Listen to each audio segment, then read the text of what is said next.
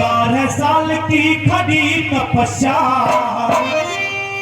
और मामूली बात नहीं सा संत निरालायो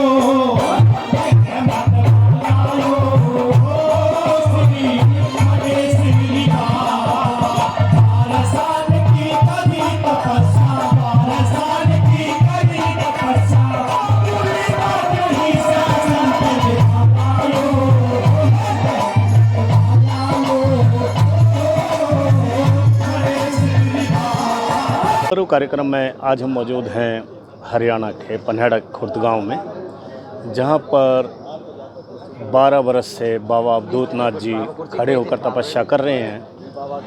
आज अक्षय तृतीया के दिन उनकी तपस्या संपूर्ण हुई है। बाबा जी हमारे साथ मौजूद हैं। बाबा जी हमारा नमस्कार। आज जो ये 12 वर्ष तक आपने खड़े होकर तपस्या की है, आज संपूर्ण हुई है। चारों तरफ एक भक्तों का सैलाब है। ऐसे लग रहा है जैसे अर्धकुंभ का मेला हो। क्या आशीर्वाद देंगे आप अपने भक्तों को?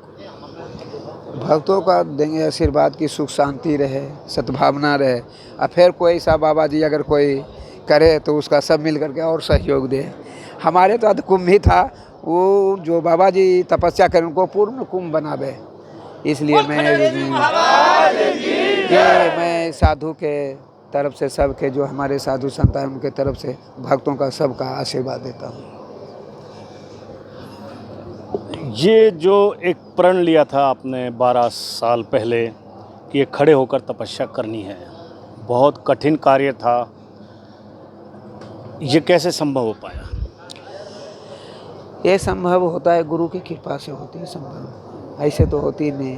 भगवान कृपा करो, गुरु कृपा। हम तो ज़्यादा गुरु के मानते हैं, इसलिए गुरु कृपा कहते हैं। और बिना भगवान गुरु के, जब तक गुरु ने हैं तब भगवान दिखाई नहीं देते हैं। इसलिए सबसे पहले नंबर गुरु है। उनकी प्रेरणा से, उनकी कृपा से, और जो हमारे साधु संग है आपस में दर्शन होते रहता है। उनकी सबके भाव से अपना हिम्मत बनता, आत्मशक्ति बनता है, तब तक पूर्ण होती है। आगे जो आने वाला समय है और भी साधु संत इस प्रण को लेंगे, उनको क्या शिक्षा देंगे? क्या दृढ़ निश्चय की ज़रूरत है इसमें? इसमें संकल्प की जरूरत पड़ता है। जो मान लिया हमने पहले संकल्प लिए तो उसको बार बार मन में रखना चाहिए, ताकि उसको आता है। इसमें विघ्न तो कई एक आते हैं, तो उसको मन को मारना पड़ता है।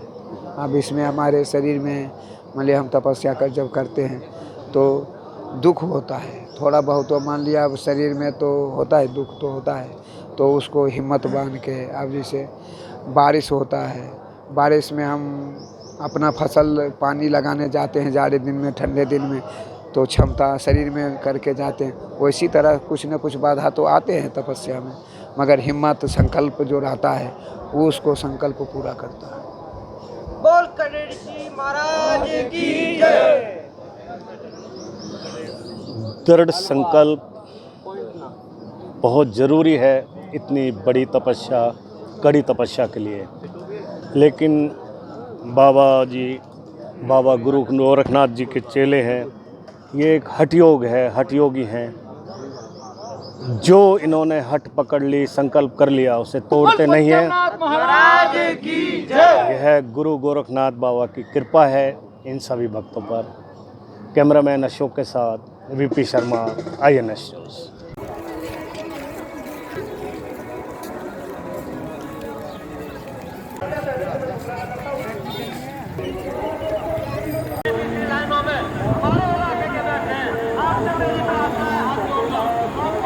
इलाके के लिए, गांव के लिए गौरव की बात है जी।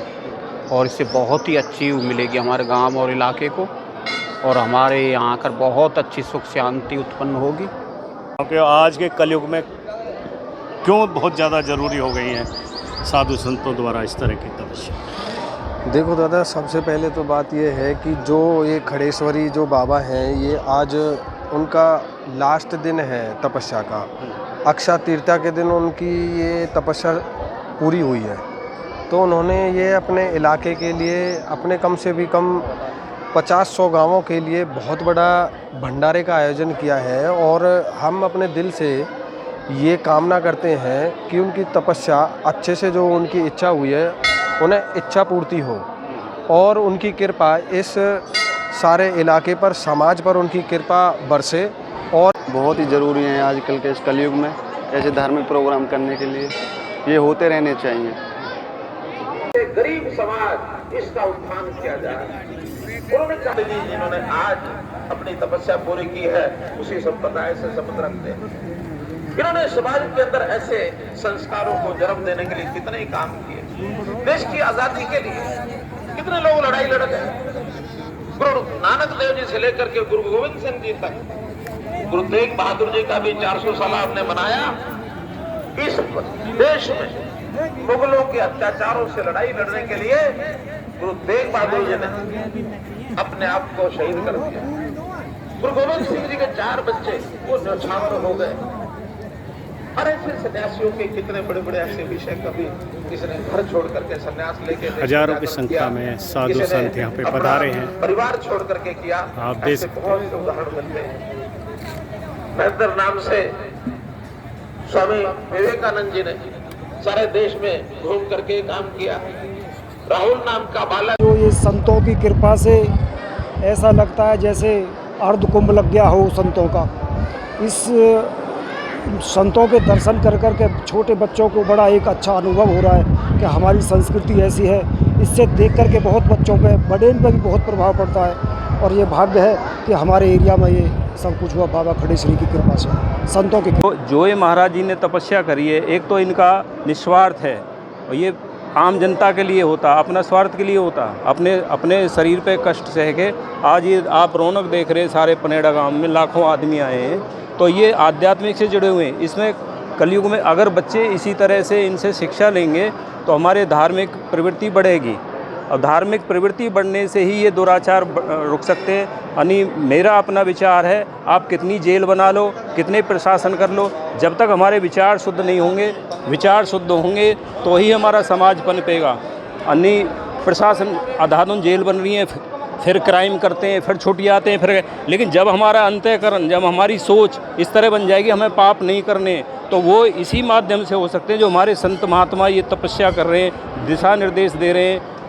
इनकी वजह से ही हमारा समाज अच्छे मार्ग पर चल सकता है, वरना प्रशासन के बस की नहीं है। ये सत्संग और आध्यात्मिकता के बल पर संभव है। ऐसा है कि हमारे आने वाली पीढ़ी में बहुत ही अच्छी भक्ति पैदा होगी और सभी के अंदर ऐसे गुण आएंगे मिलजुल के रहने का और भक्ति भाव के। और जैसा कि इन्होंने एक तपस्या की है हम लोगों के लिए, तो उसके लिए भी एक दूसरे के लिए कुर्बानी भी देना और संगठन सबके साथ मिलजुल के सबको एक बनाना, ये सबसे बड़ी चीज़ है इनके।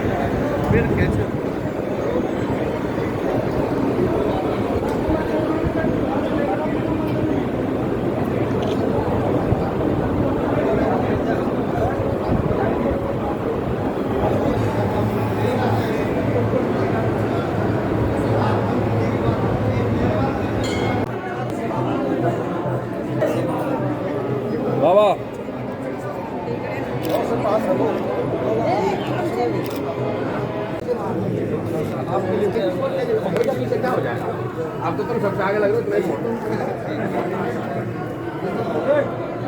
12 साल की खड़ी तपस्या और मामूली बात नहीं, संत निरालायो।